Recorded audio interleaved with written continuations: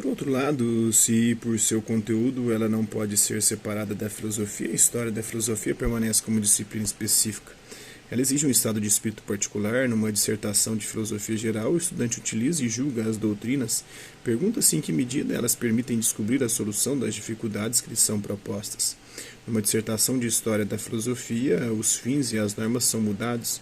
Não se trata mais de saber se a doutrina leibniziana é da substância ou a teoria espinosista da verdade são válidas, mas de determinar com precisão o que Leibniz pensou da substância, o que disse Spinoza da verdade. Aqui o problema é histórico e de exata reconstrução do passado. Ora, se fará necessário comparar textos para neles apreender uma doutrina, ora se tratará de descobrir uma influência, ora de estudar a evolução de um pensamento, e não de procurar no presente ou no eterno a solução de um problema filosófico. O mesmo deverá ocorrer com a explicação dos textos. Um texto antigo não deve ser modernizado, ele deve de início ser compreendido segundo a intenção do próprio autor, segundo o problema que ele, em sua época, efetivamente colocou. A história da filosofia, no entanto, permanece filosófica em sua essência, uma vez que não se elabora a história de pensamentos do mesmo modo que a de fatos materiais. Um pensamento tem um sentido, só pode ser compreendido do seu interior e com relação ao seu fim, a verdade.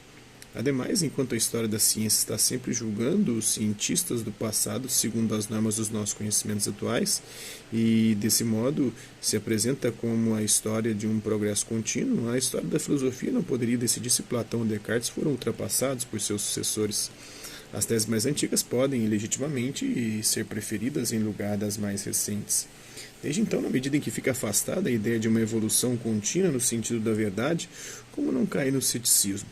A solução de tal problema demandaria a constituição de uma filosofia da história da filosofia. Todos os historiadores das ideias professam mais ou menos explicitamente uma tal filosofia.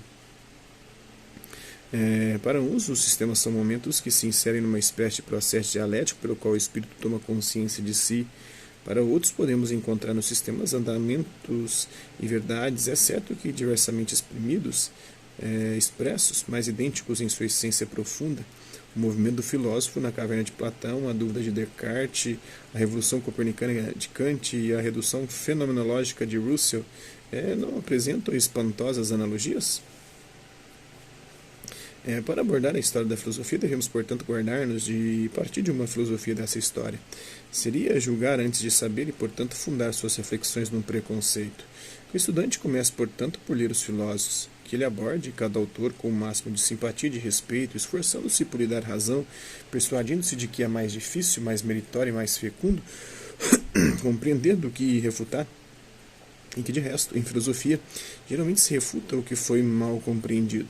Que o estudante leia também os comentadores. Ele não poderia, sem sua ajuda, descobrir toda a riqueza dos textos que deverá explicar, mas que ele considere os comentadores pelo que são, pequenos filósofos que se esforçam por sintetizar em função de sua própria filosofia o pensamento dos grandes filósofos.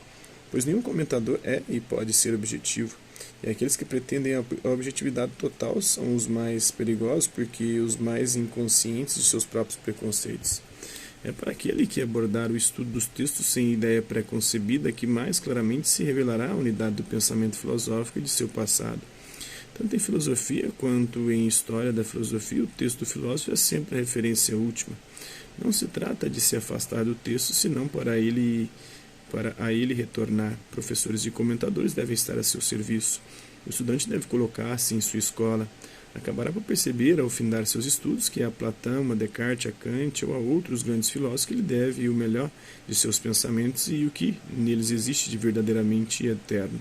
Segundo Ferdinand Alquier, professor de História da Filosofia Moderna na Sorbonne, em Paris, André Verges e do Denis Huysman, essa obra, a História dos Filósofos, ilustrada pelos textos da editora Freitas Bastos. Introdução aqui, a filosofia e sua história, a arte da explicação de textos, né?